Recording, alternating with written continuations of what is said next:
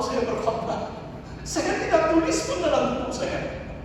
Malah saya lebih berbangga pelayanan saya kemarin di satu rumah yang kecil di hadapan 10 orang saja. Sebab saya lihat impact. Saya lihat keluarga-keluarga itu diberkati. Sedangkan ada masa waktu saya melayani konferensi PMN, saya tidak yakin. Saya rasa itu penghormatan yang besar. Jangan kamu pikir saya merendah-rendahkan siapapun, tidak. Itu penghormatan besar berdiri di hadapan 5-6 ribu orang. Tetapi saya tidak yakin akan impact itu. Kalau mereka hanya lompat-lompat, saya pernah 3 tahun yang lalu, itu speaker sampai di sini, di Hong Kong, tinggi sampai di sini. Saya duduk 2 kaki di depan bu speaker, 40 menit setiap telinga, hampir meletup.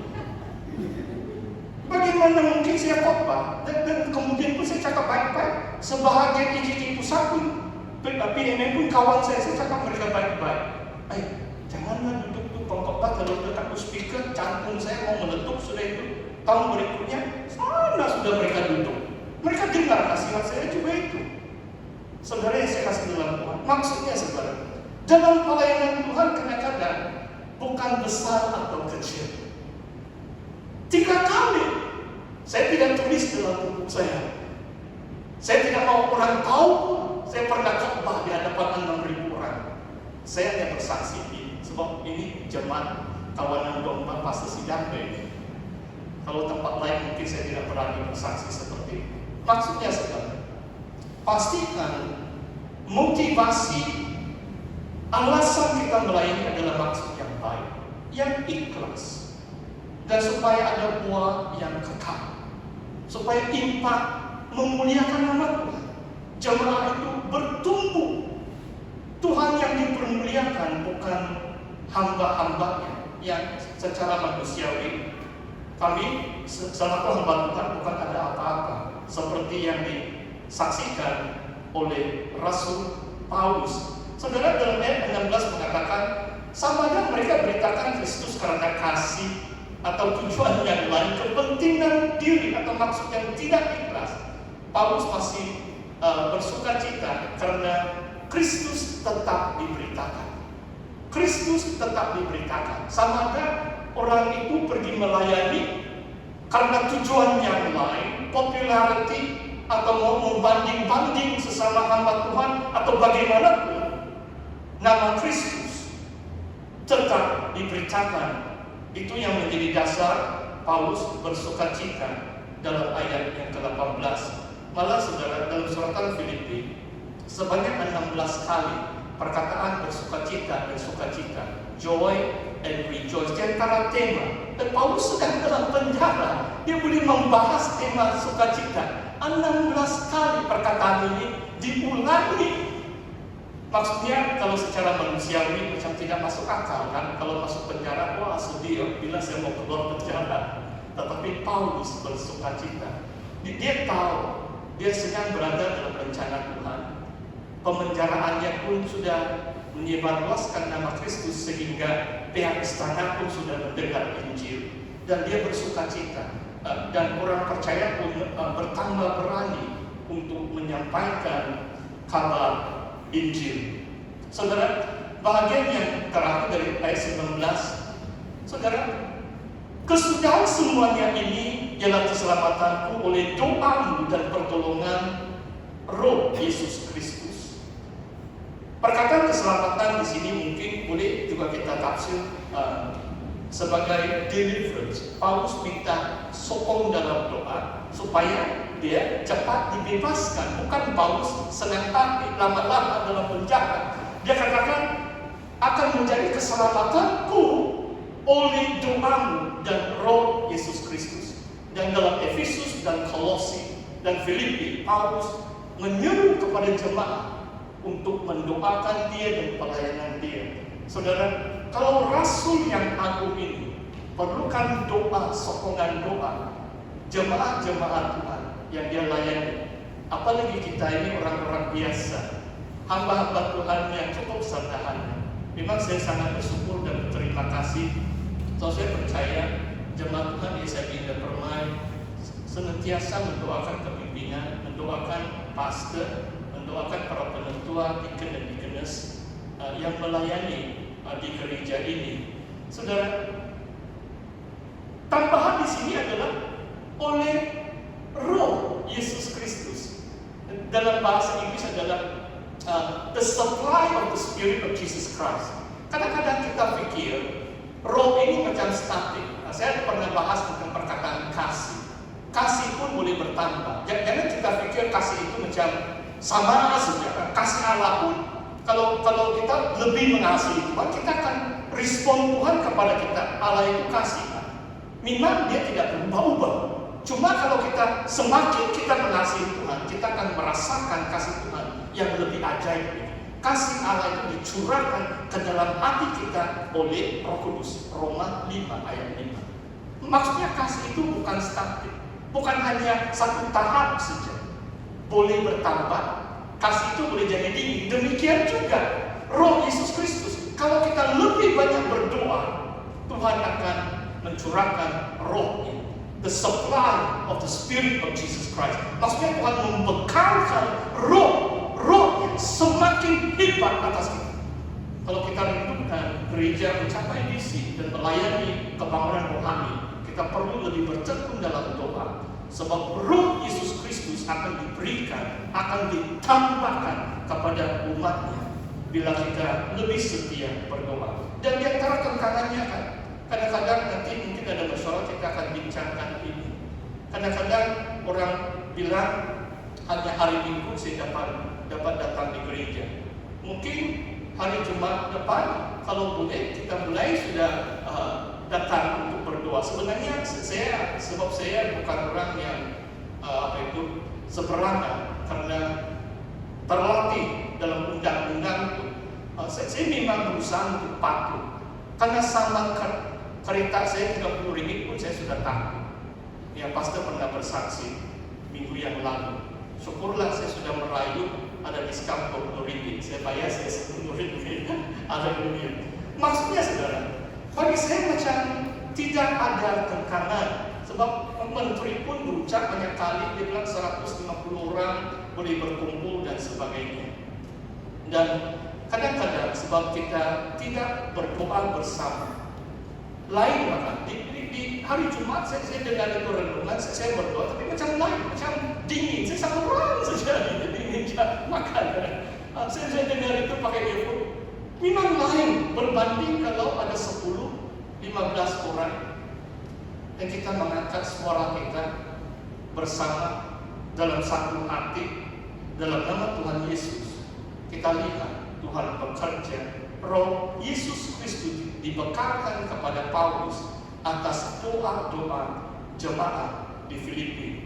Saudara, dalam ayat 21 dan seterusnya, ini bahagian yang terakhir untuk kita pada petang hari ini. Paulus bersaksi tentang kehidupannya. Sama ada macam dia terbahagia hati.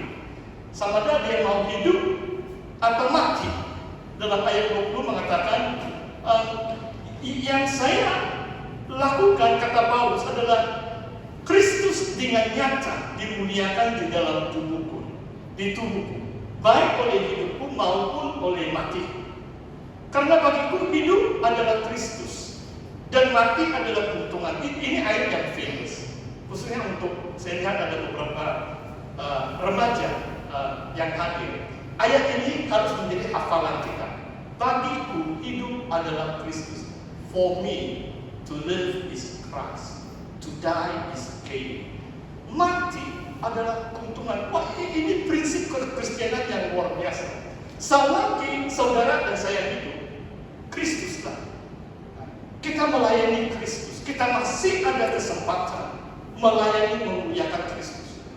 Tetapi mati untung. Kenapa? Kita terus masuk ke dalam surgawi. Kalau kita mati, roh kita terus diangkat bersama Kristus. Jauh lebih bahagia, kata Paulus. Itulah sebabnya dalam keadaan COVID-19 ini pun beberapa kali saya ulangi dan saya berdoa kalau orang menonton video sama ada live streaming dalam YouTube pribadi saya pun mereka dapat suntikan semangat untuk datang beribadah. Kalau memahami prinsip ini, hidup adalah Kristus, mati itu keuntungan. Jadi apa yang perlu kita takut? Kalau mati, sebab satu hari pun mati juga itu. Memang kita bukan mau cuai kan.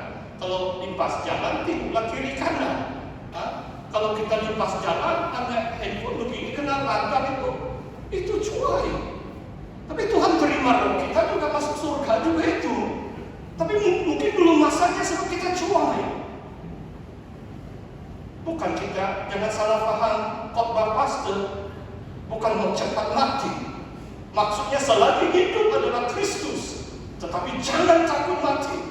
Jangan takut dengan COVID-19. Jangan takut dengan keadaan ekonomi. Dan saya boleh bersaksi, saudara.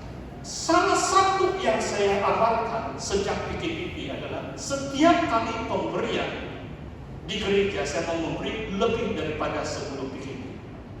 Saya tidak mau mengalah dengan keadaan ekonomi. Saya mau memberi yang lebih. Sebab saya ingat berkat Tuhan atas hidup saya. Mungkin IMS tahu ini. Ada satu kali sebenarnya saya mau bagi 100 ringgit lah itu yang saya mampu lah. Ini kita semua kita buat pertimbangan kan, tidak mau mendermakan 100 ringgit. Bagaimana suara hati? Wah, selama ini kata Tuhan, aku memberkati engkau berlipat-lipat, kamu hanya bagi 100 saja. Wah, terus saya naik sampai 200. Haleluya. Maksudnya saudara, jangan takut, jangan kalah dengan keadaan.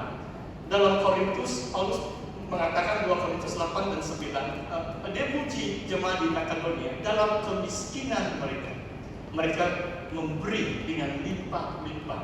Di beberapa kampung tahun yang lalu, dan ini satu budaya di saya yang saya sangat kagum dan saya sangat puji lah. Sebab dari kecil anak-anak kita ini, kalau kampung kolektor diedarkan, wah itu uang 1 ringgit itu semua pegang 1 ringgit. Dan tahun lalu saya mulai sudah cabat beberapa gereja saya ini. Jangan hanya biru saja, Pak. Kasih hijau ke ini anak-anak kita ini.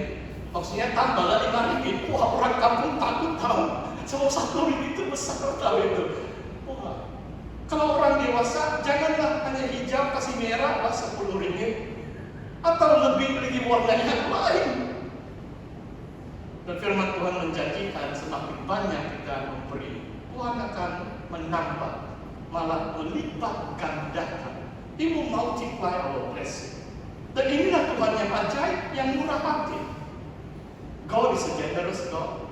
Dan salah satu sifat orang percaya adalah juga kita murah hati.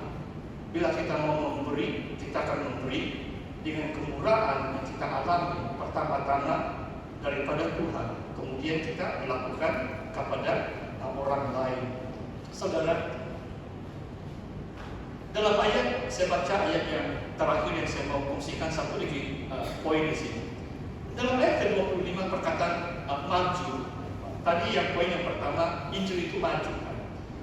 Dengan keyakinan ini ayat 25, taulah aku akan tinggal dan akan bersama-sama lagi dengan kamu sekalian supaya kamu makin maju bersukacita dalam iman. Inilah visi pelayanan kita, supaya setiap anak-anak yang kita layani akan semakin maju. Iman mereka semakin maju. Mereka bersuka cita dalam iman. Kadang-kadang saya tidak tahu kamu bersuka cita atau tidak, sebab separuh muka sudah Anda tutup, tidak tahu senyum atau menangis. Haleluya. Jadi ada masanya, pastor bukan minta kamu buka, tidak. Kita ini orang dewasa.